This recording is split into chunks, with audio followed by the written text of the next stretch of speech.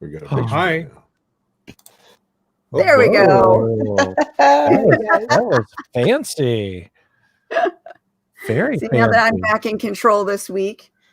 Yes, guys, you're going to be so thankful that Katie's back this week. I mean, everyone deserves a day off, but boy, are we grateful that Katie takes control of the show. What would you do without me, right? Well, you saw what I would do without you. I mean, you did a good job. You did a good job. The show ran beautifully. Good conversation. It's all good. There we go. We got everybody on board now. All right. Hey. And you get to be down below with the cool kids. So. All right. Yeah. Awesome. Yeah. All right. The gang is all here. Thank the three of you for joining with me today. I really appreciate the support, you guys. Go team. Always, Mickey, always.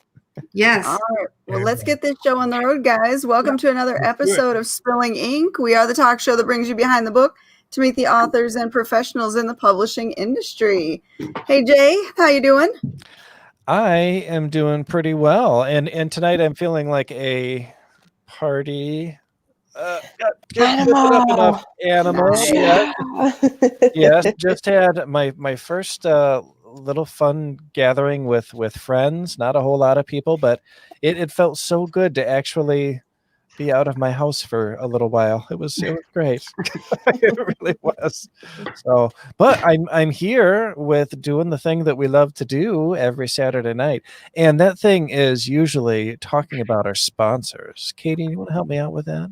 That's right. We got to bring up our first sponsor of the evening. Give us 1 second here. Hello, everybody. I am Joe Compton, and welcome to our channel, Go Indie Now. This is the place that celebrates indie artists and indie art, and we do so by producing several shows that either air on daily, weekly, monthly, or seasonal scheduling. And within those shows, we aim to educate and entertain you. If you're an indie artist who's trying to figure out how to do this, this is the place you need to be. If you're an indie artist who's looking to promote and doesn't have any avenues and is tired of the grind, this is the place to be. Because remember, it's always time to go indie now.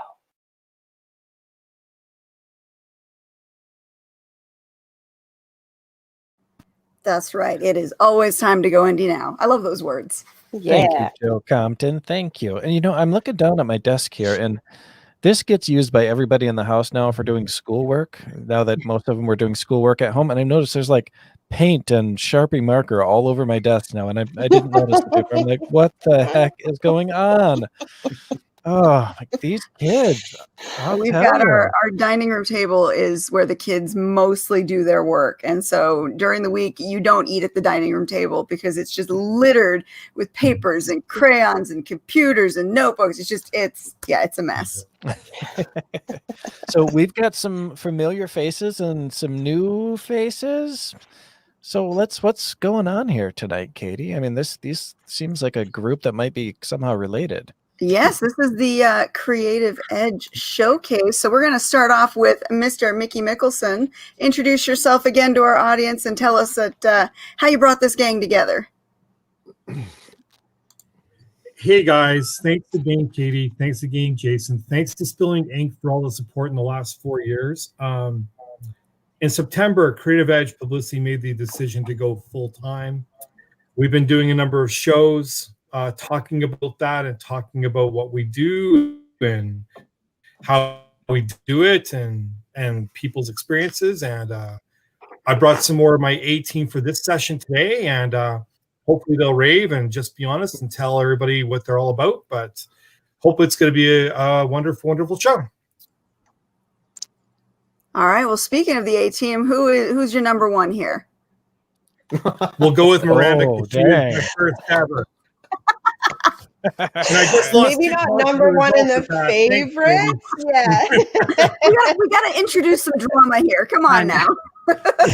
Conflict. Let's remove the number one and just say the first client of creative ed. right. There we go. I don't want to take any titles because it's like, how do you ask who your favorite child is without the other ones getting a little catty with one another? So yes, my name is Miranda. Oh, I'm the author of the Chin Up Tits Out series, and yes, I was Mickey's first client, and I don't think I would be actually. I do know that I wouldn't be where I am without the support of Mickey Creative Edge and then all of the team that he's built throughout the last 5 years. All of those people are absolutely fantastic, and we have become a family over time. So I'm super, super happy to be here today. All right. We got Miranda. I was waiting for you to keep going. Who do we point the finger at next? Let's do MJ. Let's go with. Sorry. Hey, how you doing? I've met all of you, I believe, except Jay. Jay, we met before, didn't we? We might have, but I've got a pretty bad memory, and you do have a hat on, so. I do, and I'm not taking it off. Just because I have a light up here and it shines, and I have a higher hairline than you.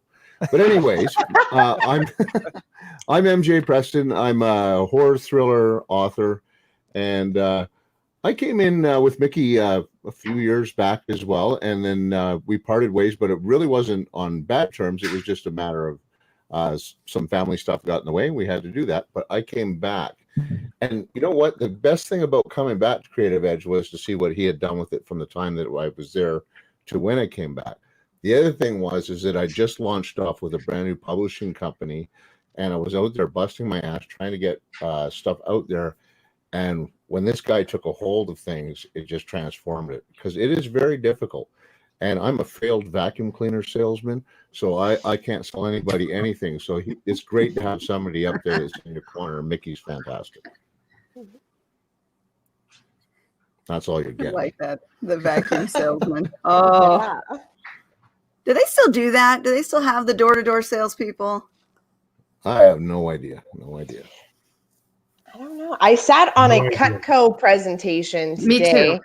Yeah. Not today, but I've done the Cutco too. Yeah, definitely it was like literally this afternoon, and I was just like, man, I didn't realize that there was still, that role out there. So now I want to buy a whole set of knives. I was gonna say, did you buy the knives?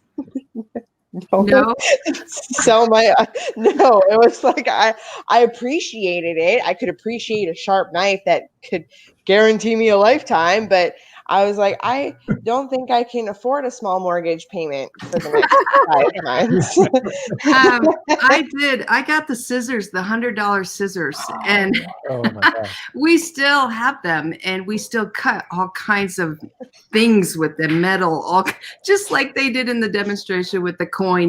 We cut things, and I'll be like, "Where's my $100 scissors? Where are they? Has anybody seen them?" So I want like a butcher knife. The butcher knife sounds like it looks like a machete. Just like somebody pissed me off. Just walk out the front door with it. What?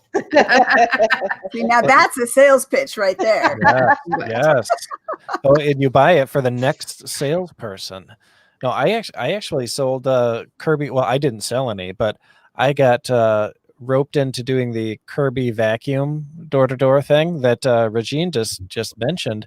I was like 19 years old, and there was an ad in a want ad saying, floor cleaning, $14 an hour, whatever it was. So you go to a meeting and they convince you to sell Kirby vacuums. And I think I lasted for like one day. I was like, this is just the pits. It really is not fun. Not at all. Well, and it was pretty much the same thing with I was Electrolux, and this was and my mentor looked like Billy, or he looked like Billy Idol, like with the long jacket, and apparently he was the best salesman they had. Like, I mean, he was a mover and a shaker with these vacuums. And we went in, we were going in the poor section of town, and we walked in, and I mean, this place was they did not have any money. And this gentleman walked out, and he didn't have his shirt on, and there was lots of beer bottles all over the place. And the vacuum cleaner salesman, or this guy that looked like Billy Idol, said, oh, let me give you a shampoo for free. And the guy said, if you put water on that carpet, it'll probably dissolve. And I was like, I can't do it. So I was like, Rude. Crazy. Well, Anne, you want to tell us a little bit about yourself? Sure. Wow. I've been making cookies all afternoon, so I'm pretty sugared up. So let's see how this goes. I met Mickey a year ago. I think it's been a little over a year, right, Mickey? At a conference that I was at, and I was doing a presentation with one of his other clients, and he went to our talk about marketing and whatnot, and it all kind of started from there. And so he's been amazing. I'd been published since 2011 and building, and I just knew I needed somebody that was going to help me go beyond. I felt like I'd gone pretty far that I could on my own, but I needed to hit new markets, and to do that I either needed to drop like $10,000 into Amazon ads and BookBub, or try something more organic, if you will, go with, and I love the idea of let's work with people instead of spending a lot more in Amazon world. So it was like it just seemed like the perfect time when I ran into Mickey, and he was talking about the opportunities that he could offer. And so I've been doing for the past year, I don't know, what have I done, Mickey? Maybe 30 interviews and podcasts over the last year, something like that. About 30 plus blogs and book reviews and book reviews. And it's it's not, marketing is always, for me, it's long term. It's never about that short instant ad, because that really never lasts. It's just a peak and then it flatlines. But with Mickey and all these things, I just keep seeing everything going, well, I can't do it that way. We keep going up and up, and it just keeps building. What's really been wonderful working with Mickey and doing all these ads and podcasts is the audio books, that now my audio sales are just climbing and climbing and climbing, because I'm reaching that audience that doesn't really want to read maybe as much. They want to listen on their way to work or while they're doing stuff. So it's been wonderful because I'm seeing so much change in reaching new audiences I just couldn't get to before. So yeah, it's been a little over a year. It's been wonderful. Well, and I worked with was a client of Mickey's last year, and I went into it for the same reasons you were describing, is that I felt like I had some good books. I felt like my publisher was doing a good job with the editing and formatting and cover design and whatnot, but I wasn't able to promote myself, and I didn't know how, and I don't have the kind of money that you need to buy ad space on Amazon or Facebook or BookBub, and especially since that isn't even a guaranteed sale. You can spend a lot of money and get nothing for it. So, going into working with Mickey, I was like, I need somebody who's an advocate for me that's not me. And so that was a really nice thing, somebody who is able to schedule, appointments with, different blogs or different podcasts, things like that. And I like doing these kind of things. These are easy for me, and it's kind of where I feel comfortable. So I thought that was really cool that, you could kind of sit back, and you've still got to do the work by doing the interviews. But you let somebody else take care of the organizing and kind of the crazy end of things that we don't always want to have to deal with. Right. Yeah. Exactly. Totally. Now, before we go ahead, MJ. Sorry. No, I was just going to say, are we we're rolling here, right? Are we? Or yeah. Are we just, yeah. Okay. Yeah. So the camera is focused solely on you. So I keep seeing that little blue screen down there that says, "You're in the show. Everyone can see and hear you." And I was thinking about who that, I don't know, what was it? A reporter or something did something that, don't worry, I'm good. I'm not going to do anything. But I'm thinking about what you're saying too, and the difficulty of getting your name out there, and like you say, dumping a pile of dough. You have to have somebody that's got to go and talk, and somebody, it's almost like an agent where you have to have somebody that's got to go beat on that door for the publishing company. The same thing applies with the publicist, and you don't realize it until you don't have a publicist. And I came out, I signed a contract with Wild Blue Press, and they picked up all 4 of my books. But the onus of that is still on you to get out there and beat the bushes and get people talking about you and your book and all that. It's not just write the book, throw it out, and off you go, right? As everybody knows. I found that the difficulty when I was on my own, and I was so happy to come back because that's what happened. All of a sudden, oh, you're on LA Talk Radio. Oh, you're doing this. Oh, you're doing that. Oh, it's like, holy crap, I'm going to have to get organized here. but it was really, and that's terrible, but it was really, I mean, Mickey does, he produces and he cares. And also he's really good for, working around things too, because life is not as linear as we think it is. So thumbs up, Mickey. I'm really happy having you as my publicist. Thanks, man. I appreciate that. Well, even tonight, tonight was a little bit of a cluster because I put something on the calendar, and who knows what time zone I put it in, but I think everybody got a different time. But we're all here. It all worked. Yeah, every time I blamed Google, I'm like, Google got it wrong this time. It wasn't any of us. I know a minute ago, before I came on, I was covered with cookie and flour, and I was like, oh no, I better just. But yes. It was a 60-second makeup application and hairbrush. And you're like, okay, now I don't look like I've lived in the kitchen or in the dusty room all day. Well, it'd be the joys of publicity, guys. The joys of publicity. Exactly. Before we go too much further, I do have a question for you guys. Is anyone watching The Mandalorian? No. Yes. No. Yes, you are. And yeah. Okay. Are you caught up, Ann? Yeah. I think I have 3 to go in the second season. No, I think I am caught up in the second season. Okay. I don't want to. Well, Yeah, well, yeah, for sure. I don't want to give any spoilers. Oh, that's okay. You can go. I'm watching like 5 series at a time right now on Netflix, so I'm all over the place and on everything. So it's just like, oh yeah, okay. Well, I was telling Katie, man, I'm just really enjoying that show. I mean, it's bringing me some joy just watching it. Hanging out, watching with my wife, and then we just watched the. It's another Netflix original, and it's like a documentary. Only it's a movie. It's like a docu-movie, I don't know, but it's called Manhunt, and it's about the 1996 Olympic Park bombing in Atlanta. And I was 16 when that happened, and so I really knew very little about it, except for there was a bomb at the Olympics. But holy cow, if you want to watch something kind of really suspenseful and intense with lots of twists and turns, I mean, it is a crazy freaking story. Holy crap. Yeah. So that was another really good one. And then I just saw that they have one, another Manhunt one for the Unabomber with Paul Bettany, who I like a lot. So that should be really good. Yeah, I've seen it. It's actually very good. Oh, is it? Yeah. It's okay. Very good. Cool. Yeah, well, that was my contribution, Katie. I was going to say, you went completely left field. We were talking about you're like, Netflix. Well, I was at that little dinner party, and they made me try this Jose Cuervo 1800 margarita mix, and boy, so I'm just like, yeah, okay, what's happening, world?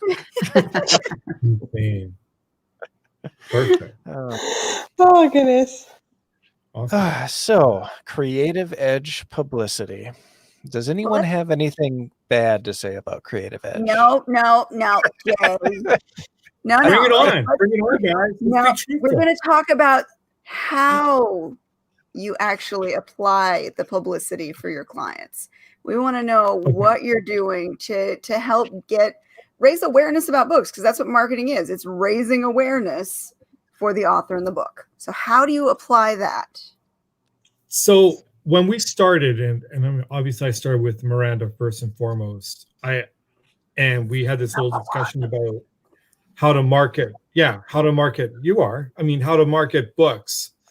I really had to look inside myself and determine what I wanted to do for Miranda's book first and foremost to make sure that my efforts are going to be successful, not knowing that this would become what it is today.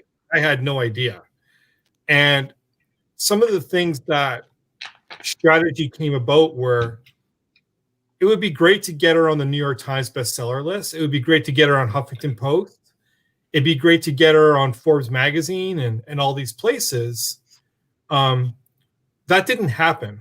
But what did happen was we got her on, and we've gotten all of our clients on reader-focused literary blogs, reader-focused podcasts, reader-focused and publisher and library-focused magazines. And that's essentially how we've built our brand. We start with small blocks of chunks of media, graduating to medium chunks of media, and ultimately bigger opportunities. And what we're basically doing with the 60 plus clients we have today is we're building every single one of their author resumes. We have people like Miranda, who started out with one small book, and we have people like Anne, who's a USA Today bestseller. And even with the success that she's having, our process has worked to get her and success in areas that she would never been able to tap herself. And we're doing that today with over 60 clients. Going full-time September, I had 35 clients. We're now up to 60. And I've had authors say to me, well, Mickey, do you think you're taking too much on? Am I going to get ignored? Am I going to get not as much coverage now? And because of the way our process works, that is not going to happen and won't happen. Next year for 2021, for example, for everybody listening, we've already got a set 35 blogs, podcasts, and radio stations where we have full schedules built out for the entire year. So our 2021 schedule is already made. Everything else that we get going forward for every client is going to be essentially gravy and opportunities, if that makes any sense. Yes. So when you talk about applying the small chunks to bigger chunks to bigger chunks of media, is there a specific schedule that you work on for every single client, or do you have it tailored to genre, to type of book, to what kind of readers that they're trying to attract, or how do you actually, really apply it per author? My intent is to forecast what their new releases are going to be for next year, and then we will schedule slots around those new release points. But within promoting those new release points, because they're going to be interviewed on these places, we can now also schedule backlist coverage as well. And that's what we've been doing all throughout. Most publicists with the big houses like Penguin and things like that, they will promote their authors' books for 3 months based on the new release traction. I've developed a process where we're able to build up promotion not only 3 months in, but in some cases a year and a half in, where they're still getting coverage for it. And that still does happen. So it's not a small chunk of time that we're building on, which is why when I sign an author, I insist on a year contract, because 3 months in, we're just starting to build. There's still 7 or 8 more months where that momentum is going to continue to build on, but that won't happen unless we do it over a longer term. If that answers the question, Katie. Yeah, just to follow up too, like, let's say you've got a children's book author or a horror author. Are they going to be going to the same media outlets, or are you tailoring the specific media outlets based on their genre and their prospective readers? We have some general media author opportunities that will get sent to everybody. For example, when I do press release posts, I've got a list of probably 10 opportunities that will post all of their press releases.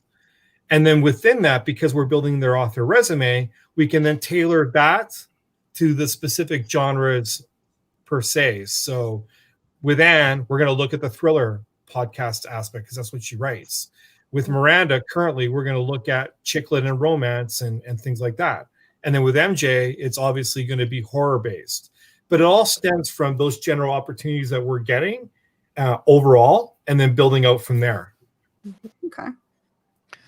And the process works. Do you find that that there's a particular genre that's selling better than others right now, Mickey? It's hard to say for me in that answer to that question, because 50% of our client base is science fiction and fantasy. So a lot of the opportunities that we're getting are science fiction and fantasy paced. Having said that, I really think that the sales piece is determinant on what the author does with those opportunities. The authors who tend to share the places and the opportunities they get on social media and talk about more will ultimately sell more books regardless of genre. That's a really good non-fiction author who builds up everything that we're doing will likely have more success than an author who isn't doing that. So, I mean, there's no ebbs and flows from that aspect. Some people say the romance is the big thing right now, and some people say that horror is the big thing right now. I'm not seeing a trend either way. I'm seeing a trend as to whoever shares the opportunities most will get the most bang for their buck as we go forward. That's a very good point to make, that it's not just getting the media attention. It's not just going on the interview. You also have to be proactive about sharing it, about bringing the followers that you have over to see it. And a lot of authors don't follow through with that. They just show up for whatever event they're at or whatever interview without doing the follow-up and without sharing. And that actually hurts you in the long run if you're not actively out there sharing the fact that you were interviewed somewhere. Yeah, exactly. Because you're doing the work. You're doing the work by coming on the show, and we've had a number of authors, on this show that they just don't share it. It goes out live, but it's only going out live to our audience. But if it goes out live to a bunch of people's audience, or if you share the replay on it, then even more people can see it and hear about you and your work and your books. And I think that's always a good thing. And, I know when I'm on shows, I always try to share about them, even though I'm not on social media very often. In fact, I think there was only one show that I went on in the last year that I didn't share it around because I didn't care for how the interview went. I didn't care for the questions and the overall vibe of it. So I was like, this isn't really something that I want to be promoting a whole lot. I don't have a problem with the show owner promoting it, but otherwise, if you're happy with the content, share the hell out of it. That way more people can see it. And not just on social media. Use your newsletter, because all of us should have a newsletter built. Use that newsletter to also reach out directly to the people who have signed up to follow you. Well, and I have a question for all of you. Actually, more for the authors than for you, Mickey. Do the three of you, do you all have a large social media presence or no? What would you say? I have a mediocre one. Mediocre. I think it depends on the platform. For me, Instagram is a lot more interactive. I'm just there naturally more as a human, not as an author. And I think when I share more as a human, then you have this opportunity to connect and relate. And I can just simply have a conversation about the weather or about the pandemic or about whatever happened last Tuesday with somebody, and then they find out that I'm an author, and then I tell them a little bit about it, and then the next thing you know, they're posting me in their story because they went and bought my books off of Amazon, and that wasn't even part of the conversation that we had. And so for Instagram, I think I have a better following and a more connection with my followers there than I would on Twitter. Twitter is something that's just never, I don't tweet. I just don't. I don't even know how to. So I don't do that. And then Facebook is somewhere in the middle. Like, it's sometimes I'm super hot on Facebook, and then there are times where I'm just not. And I think that you're totally right. If you do use your social media and you connect and you relate and you share, then you have more opportunities for your books. And it doesn't need to be, a picture of your cover going, here's a link to buy my books on Amazon. It just needs to be like, this is what kind of cookies I made today with my family. And, somebody might click onto your profile after that because the cookies look yummy. They're hungry. Who knows? And then, 10 minutes after stalking that person on that profile, they may land on your books in Amazon or wherever. And so I think that there is a great opportunity that you just got to keep that in mind to share. But Mickey does a really great job at giving you an abundance of different types of platforms to be part of and then share. So it's not only blog posts, it's not magazine articles, it's not just audio podcasts. It could be visual. People like watching. Sometimes people just like hearing. So if you're sharing those constant different ones, then the people pick what they want to pick and read and watch and listen to what they want to. And now you're funny about the picture thing. I'm so hungry for cookies. There is one picture that will always get clicks. And I'm surprised Jay didn't capitalize on this with his book. If you post a picture of a bug on Facebook, everyone becomes an entomologist and they all want to tell you what kind of a bug it is. And Jay, your book with the big giant spider on it, that was like the perfect thing to post. But you know, and I'm one of these where I'm very social media challenge, you know, regardless of how much time I spend on social media and regardless of how much I try to interact and be friendly with people, it's like I just don't have the touch. People don't feel compelled to interact with me on there. So, you know, I might get a handful of comments if I post a family picture or pictures of my dogs, and that's fine. But you know, I've never been able to make social media work for me, you know, whether it's Facebook or Twitter or Instagram, and I'm on all three, you know, and it's I don't know, I can't figure out why, but I'm starting just to accept it that maybe I just don't have that magnetism that people want, you know. I don't know. There's also the element of stretching yourself too thin.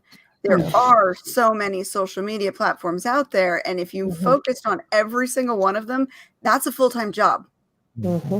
You have to just pick one and get comfortable with it, and just, even though there's other ones that are trending right now, like everyone's on TikTok, and I refuse to even start TikTok now because I already have Facebook, I already have YouTube, I already have Twitter.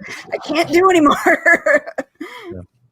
No, for sure. I'm the same way. I think Facebook is my juggernaut, and Twitter, LinkedIn is actually a really strange one because when I released my thriller series, the Highwayman books, all of a sudden I started getting messages from people who had read or listened to the audiobooks through LinkedIn. So that was strange because sometimes you look at those reviews and you're going, the review's moving. What's going on? The numbers are stuck. But all of a sudden you get somebody come out and say, hey man, I just listened to this. That's cool.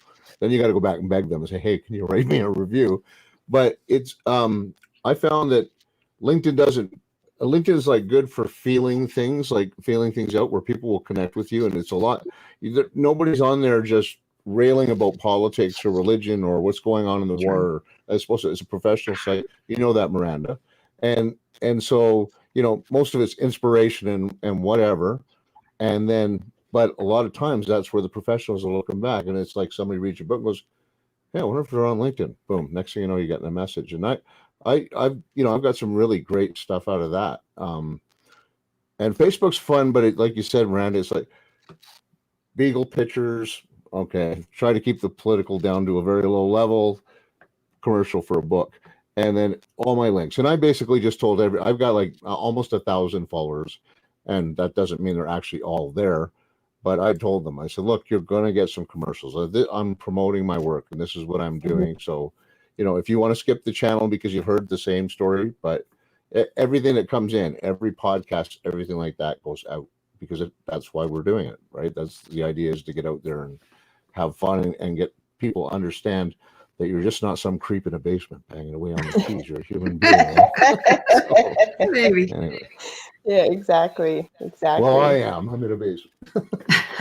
MySpace. Yes, I want MySpace back again. Sure. Yes. They had such fun customization for the pages. It was great.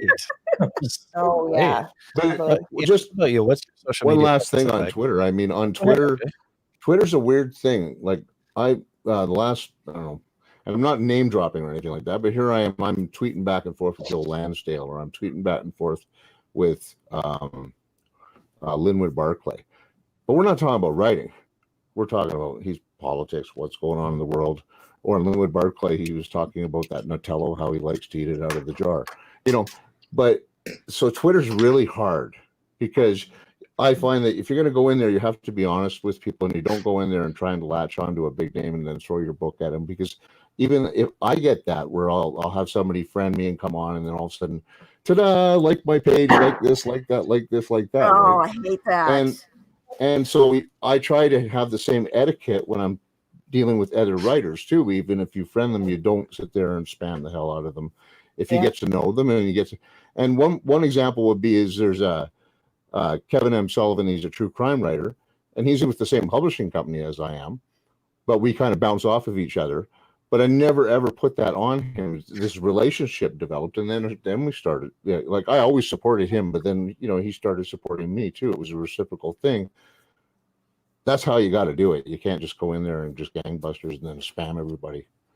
That's my opinion, anyways. I dislike that you open up as a platform and then it has all those requests of like people that aren't your connections yet. Yeah. It's like, here, I wrote a book. I'm like, that's wonderful.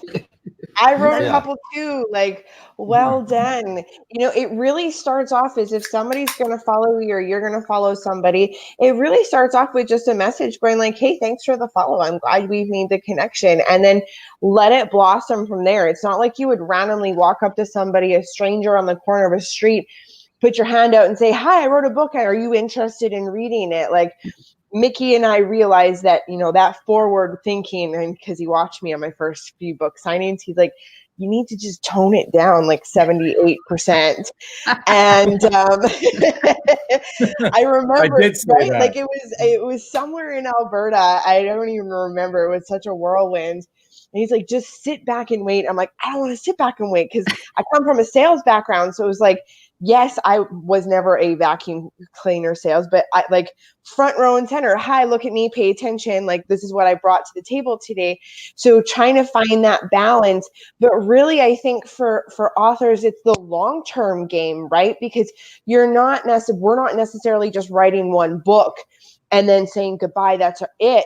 We want to keep the door open for future books, which means that we're connecting with these readers, and these readers are becoming part of who we are and part of our readership, our fan base, our connections.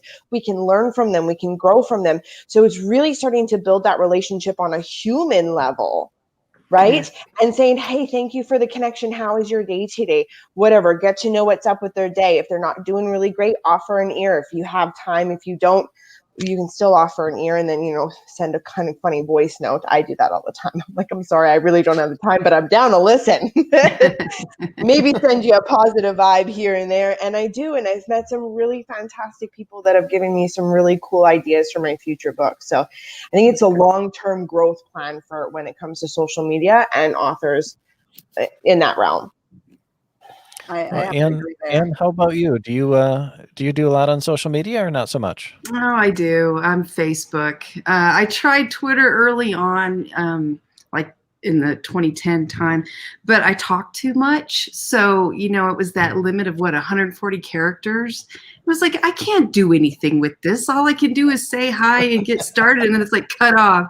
So I went over to Facebook, and I still am on Twitter and LinkedIn. I'm going to watch for that more. And Instagram, Snapchat, but that's for the fun pictures, I'll be honest. And just I'm all over the place, but Facebook is mainly where I hang out. And I actually have 3 pages on Facebook. I have where you can friend me, and I really limit that because you're only allowed 5,000. So you've got to be careful on who you let in that door.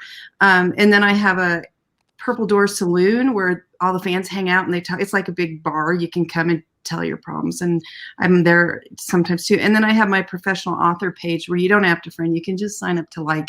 So I'm bouncing through those 3 plus, like I said, Instagram, because I do this photography on the side that started about 7 years ago, and now it's part of my song and dance. So I'm putting photography, pictures I take out on Instagram, and then I do calendars every year for it for fans. So it's I'm all over the place, but I do take all the interviews and podcasts and all that kind of stuff I do where it's listening or visual, and I created a blog one of the pages on my blog, on my website, that you can always go to, and we just keep adding to it.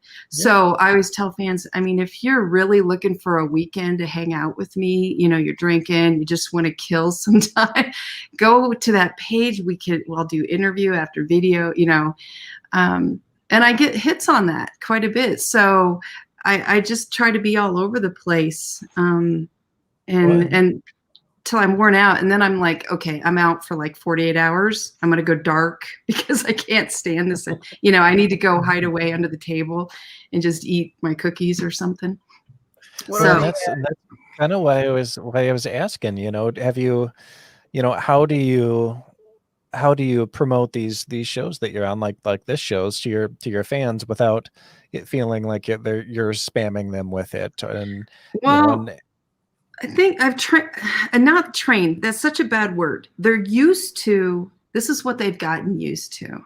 I'm going to promote some books. I'm going to promote sales. If it's a new book, you're going to hear about it, and you're going to hear about it several times throughout the week or two as it's new. If it's a sale, you're going to hear about it periodically. I'm going to, you know, like I said, I have 3 different pages, so plus Instagram and Twitter. So we kind of spread it all out, right? But they know this is going to come through.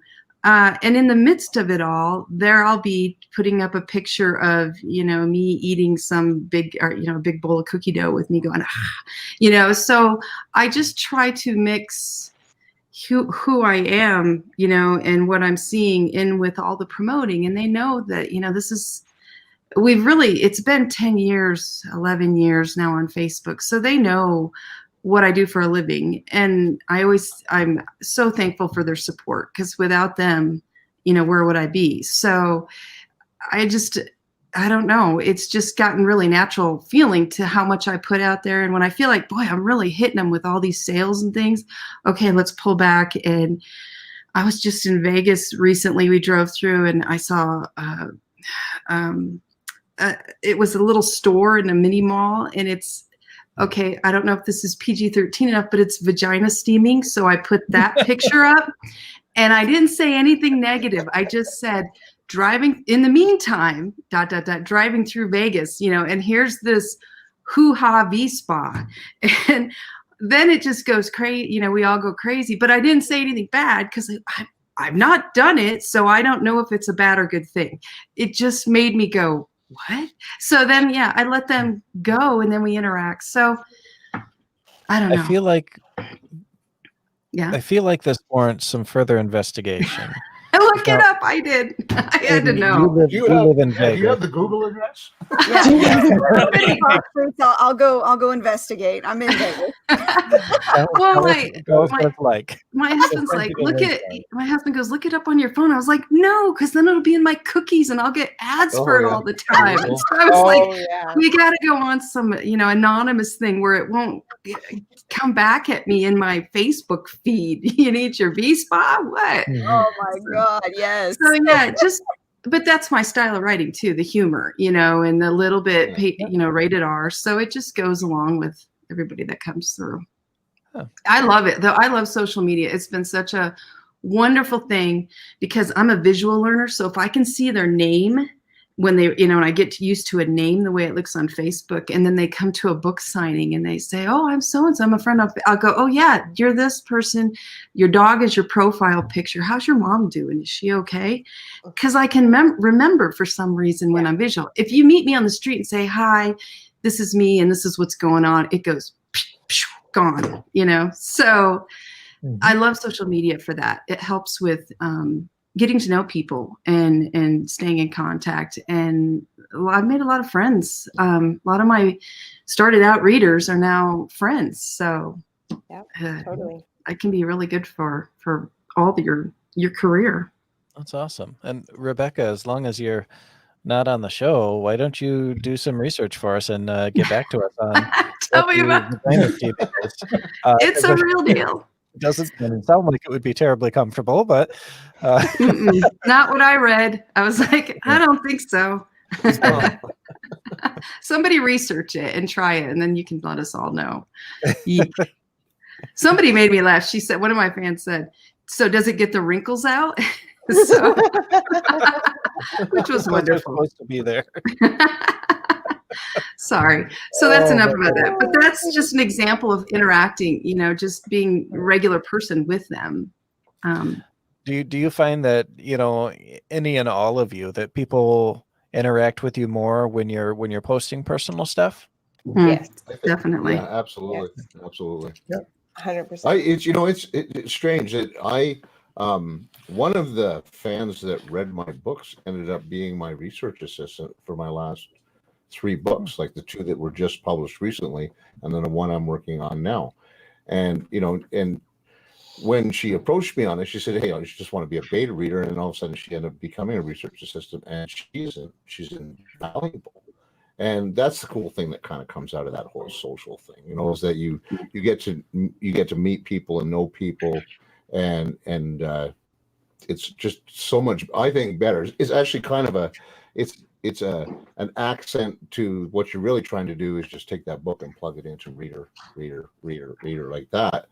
But when you get that all extra stuff, or you get a person that and this woman, we are friends now, and I've talked to her about many things over, but she was invaluable, and she was just a reader before. She just gave me a good review, and I threw the dice and said, "Yeah, okay, go ahead. You can beta read this book. Tell me what you think." And all of a sudden, I started going, "Wow, because she would come back and she would give me stuff almost like an editor, and all of a sudden I'd be going, and 3 books in now on this recurring characters, and you're scratching your head and going, "Oh, okay, so would he have gray hair if I'm going back 10 years or blah blah blah?" And this person is right there. "Oh, here, I made a list." There you go, right? So there's a lot, I think, a lot to be gained, and I think it's nice that people see that you're a human being too, and that you're not out there doing what we all thought writers were doing, laying on beaches and drinking martinis. Yeah. Boy, I wish that was their lives. Well, no, those are great connections to make. That's awesome. I was just going to say, Jason, as well, that's the whole fundamental behind the publicity vein for authors, really, in my opinion. There's publicity and then there's marketing, right? And so marketing is going to help you with the sales of your books, i.e. book ads, Amazon ads like that. The publicity aspect is meant to show what authors are and who they are and what they're about. That's why authors do interviews. It's not really meant to sell the book directly. It's meant to get the readers to get to know them as people, which ultimately will lead to sales. But I mean, creatives are creatives, and the more they can talk about themselves, the better off it's going to be for their brand overall. And so, yeah. Well, and for you authors, do you have a favorite type of publicity to be doing? Aside from the social media, I'm talking about stuff that Creative Edge could set you up with. Do you prefer the blogs or the podcasts, or what's your favorite? For me, which has been really tough to get used to this year, is no book signings. Like, I love setting up in a bookstore over the weekend, grabbing myself a big cup of coffee, having all my books out on display, and literally greeting every single soul that walks into the bookstore. I don't even care if you look at me or not. I am just in my glory to be in front of people and to meet people. And so secondly, like, this obviously can't do it with COVID this year. So podcasts, video podcasts like this are just like the meat and potatoes of what makes me happy, because I'm like, yay, you get to see my face and my excitement, and then hear me talk about my books. So yeah, I do miss book signings a lot. So I really hope next year things change a little bit and we can get back into bookstores and, shaking hands and kissing babies. So it's the best part. I don't want to kiss the babies, but I can. Maybe we'll be elbow bumping next year. That's just what the new norm is, right? So, yeah, it's crazy. Well, Anne, MJ, what about you guys? What do you think your favorite is? MJ, you go first. Oh, he's muted at the moment. Whoops. Dude, you didn't hear the word I just said when I realized I was muted. Anyways, I really enjoy doing the podcasts. But I don't know if I can measure them out as being the better formula, as opposed to when somebody sends you a written review that you go through and you read and stuff like that. Because on that end, it's very time consuming to do those, because you don't want to be repetitious and saying the same stuff to the same questions all the time. But so here's the thing. I really dig doing the podcast because they're easy. However, the written interviews and the press releases that go out there, they have legs and they stay. So for instance, when Mickey sets me up on something, I'll do the podcast. As soon as I get the link and everything, it goes out on my Twitter, it goes out on my Facebook, and it goes out on LinkedIn. And, and then I send it, everything goes to our marketing department also at Wild Blue Press. And it takes them a little while longer, but they send it back out again. And of course, they tag me in a tweet, then I retweet it, then they do it from Facebook again. So you get a double exposure on it. And I just find that the written stuff has more legs, that it stays out there longer, because people have a tendency, they don't want to, they don't have time to stop for an hour and a half to listen to a podcast or something like that, unless they're driving or whatever. But they might for reading something. Oh, look, click, let's check this out. He's got a new release, that sort of thing, right? Or he's talking about something. I did an interesting podcast about a week ago called The Naked Podcaster. And that was interesting because that was a little more personal than what I'm used to doing. And I delved into some pretty personal stuff. And I'm not going to get into it here. If you want to go see it, check it out. But I did it really on kind of a whim when it came out, Naked Podcast. Oh, what the hell? Let's go give it a shot, see what this is. But it was a very, very professional podcast. I understand the metaphor that, you're getting naked with a person, even if you're not taking your clothes off, you're getting naked with them about your soul, about who you are and where you come from. So that was interesting. I had, I don't have any regrets about doing it. It was very professionally done and everything like that. But I didn't think I'd ever see myself going to that place, though, to be quite honest with you. Not from when, hey, I think I'll write a book, So, and then next be talking about something not super deep and personal, but personal family history and stuff like that. Yeah. But anyways, I've rambled along enough here. But I mean, I find the two. It's fun doing the podcast, but I think that the harder one is the better one for me, anyways. Well, I can relate to that. There are times when I can't stop what I'm doing to watch a video for an hour. I'm much more likely to listen to a podcast because I could be doing other things. But in order to watch a video show, you really gotta devote your time to it. But yeah, I like written articles too. And I think that Mickey, you had set me up with something last year. It was a written piece, and I really enjoyed that.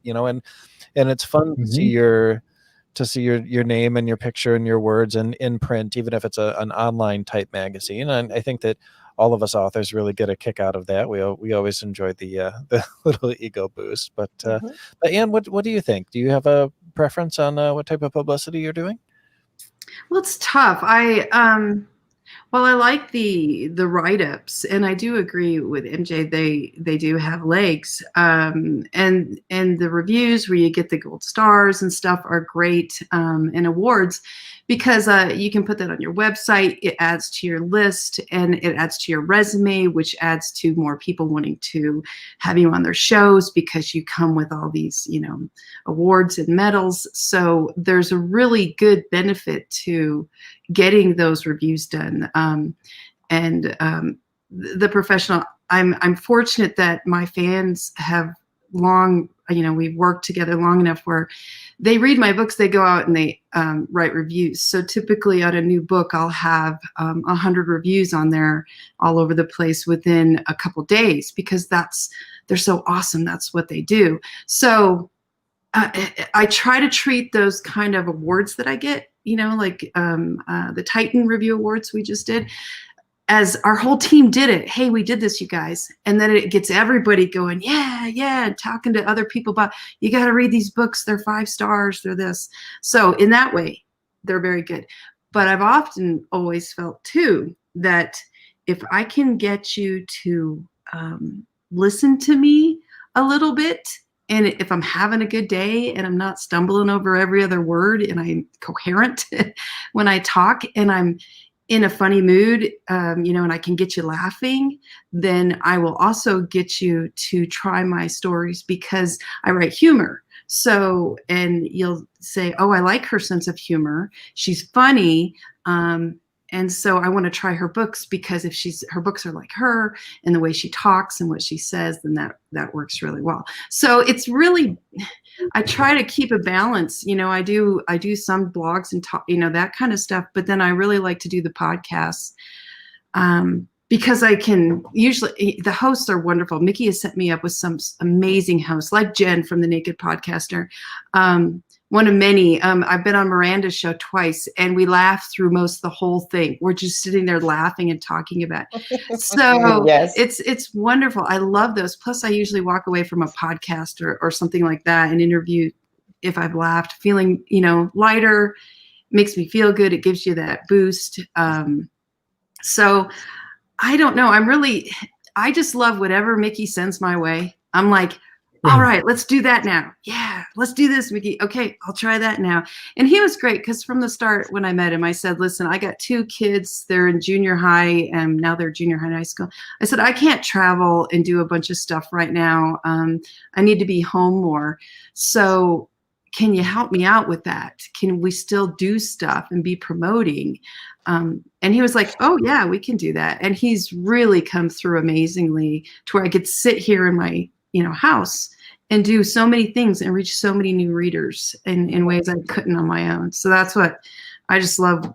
When Mickey sends me stuff, I'm like, okay, when do I need to do this by? Just let me know. So I'm a mix. Awesome. Katie. No, I'm not the star of this show. These guys are. You look like you were going to start a conversation. I'm nodding because I'm agreeing with everything that's been said. Well, Katie has been doing a ton of webcasting as well. You just started a new show with Joe Compton, right? Yeah, we've got a fun monthly news program that we're doing, and we're hoping that takes off a little bit. And as far as this weekend goes, I've been on a show every single day this weekend, and wow, run through the rest of the weekend and Monday. So it's fun to do those shows, though. Like everyone said, those are the fun parts of being out there. And if we can get people to listen, that's great. A lot of times, though, you need the full mix. You need the audio, you need the video, you need the interviews, you need the press releases. I mean, you got to hit all the different targets. Right. For sure. Now, Mickey, are you, because you've got a lot of clients right now, are you're still hoping to add more clients in this coming year? I think it's going to depend on a number of things. I've been very selective about who I'm signing now, more so than ever, just because my stable is well, it's getting big, to be honest. And all the authors that we've signed and we work with are extremely high quality in terms of professionalism, image, and how they conduct themselves. So I'm talking with probably 5 to 10 authors every single week. And I've signed typically 1 out of those 5 of 10, just based on what I'm looking for and how they're going to fit within the cycle of this community per se. Because it's a community. It's a large community too. So yeah. Well, and that's a lot to juggle too. I mean, depending on who you have in your support staff, you can only honestly handle so many clients in a given day, in a given week, and give them that personal touch that they really need. Yep, exactly. Yeah, I mean, since I've been going full time though, Katie, it's been a lot easier to do that. I'm hoping that the 3 of these wonderful people here will feel that they're not slighted at all, because that's not what my intent is. But ultimately, Creative Edge, because I am going full time, we need to grow. Because if we don't grow, then this little full time experience doesn't work. So that's my rationale behind it. Well, I think with growth comes more opportunities. So I love when I see you bringing in new authors, because it's we all come in with things we a lot of times already have done or do. And so then we share and it just starts crossing over within the community and with you, Mickey. And I can say, since you've in the last year, you've never once, when I've emailed, taken, you know, a length of time to get back to me where I'm like, where is he? You're like Johnny on the spot when I write to you. So yeah, I don't feel like the addition has been any problem or anything else. I'm just like, yeah, another great author. Here we go. It's fantastic. I've worked with Mickey's for five years, and not only with Creative Edge, but before we were, you know, full time with this.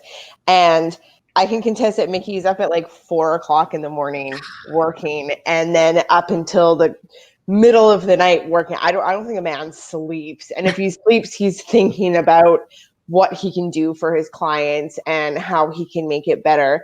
And if Mickey's ever unavailable, you have like a 24 to 48 hour notice, because he'll send to the community a note going like, hey, I got this thing going on with my family, or I've got this thing going on and I'm going to be unavailable between this chunk of time. Like, please bear with me. And all the comments that come back are like, please go take some time. Like, we can wait for the 6 hours that you will be unavailable. But just like it, even from the going full time and basically doubling his clientele in the last 2-3 months, the attention that we're getting is even more so now. So, you know, that growth, like Anne said, brings more opportunities for all of us, but it just makes Mickey better. And if Mickey's better, all of us have this opportunity to be better as well.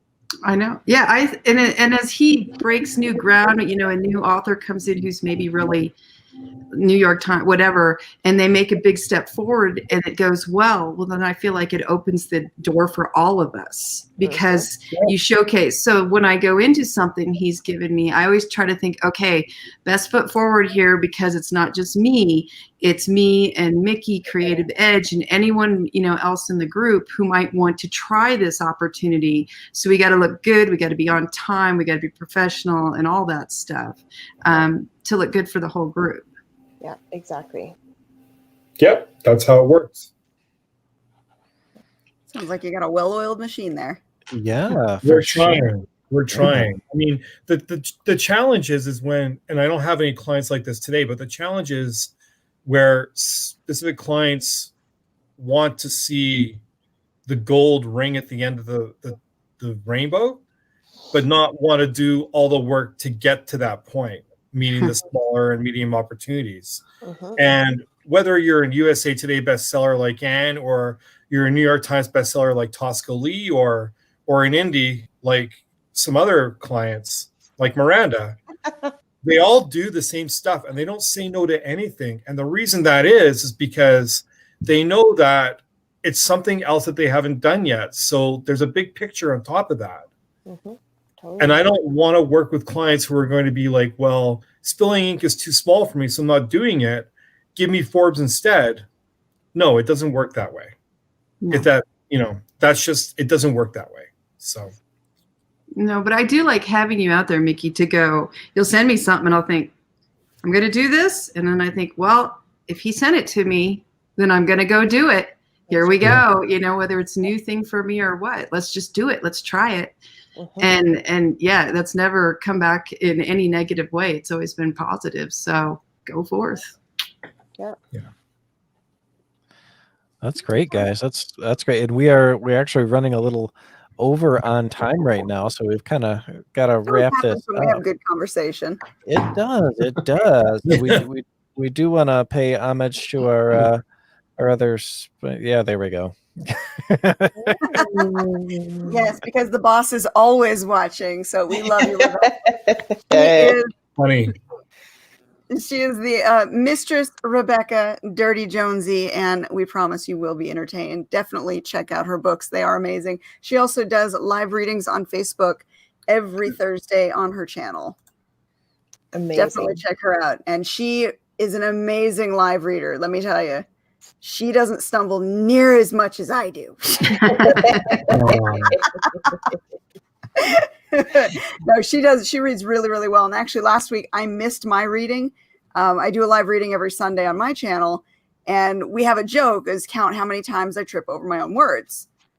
And I couldn't read last week because I was sick, and I had her come in and do the reading for me, and she blew me out of the water. It's funny.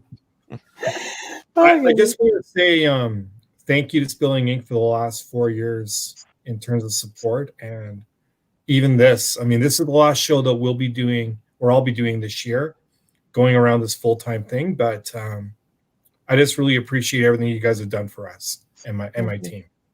Oh, you're very welcome, Mickey. I love having you, Mickey, and all the people that you've brought on here. You know, it's an extension of our family too. We love really all the that come on and join us. So we've known you for a long time now, Mickey, and it's good. It's a good relationship. And Miranda, of course, we won't say what number you are, but you know we love you too. You know. I know. I can't count on how many times I've been on Spilling Ink and had multiple chats with all of you. So, and you know, and had subsequent conversations and interviews with MJ and Anne. So, that extension of the family, it is like this whole virtual family that is pretty global, and it's really, really wonderful because it just makes home just homier, if that makes any sense, and it makes this whole big industry a lot less scary when you have so many wonderful connections. So I second Mickey. Like, thanks guys, you guys are absolutely fantastic, and it's always a pleasure being on your show. Well, thank you to all of you. Oh. And you guys are always welcome back. You know that. Well, thank you. Thank you. I don't know. I appreciate you guys. I was a minute late because I was in a panic mode. I thought we had a half an hour to go for some reason. That was my fault.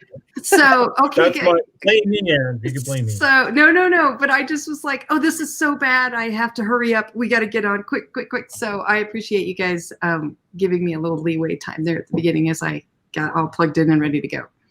Awesome. Murphy's Law rules the day, and we all suck at time zones, so that's just that's the way it rolls. Well, I had one early on. This is really quick. I thought it was going to be a phone, and it turned out it was video. But I had my phone, but I had to talk into the mic, and I had a whole camera up my nose for the whole show. Thankfully, it was 10 minutes, and I was like, "I'm so sorry, guys." And I was in my pajamas, no makeup. I thought it was going to be just a radio. Yeah. So now I'm better at getting ready no matter if it's just radio. I look good because no more up the nose videos for me. Talk about really getting to know your author. Yeah, exactly. Yeah, exactly. Well, thank you so much, all of you, for coming on tonight. And thanks everybody who is watching tonight. Thank you to our sponsors, and thank you for staying tuned. We'll see you next week. All right. All right.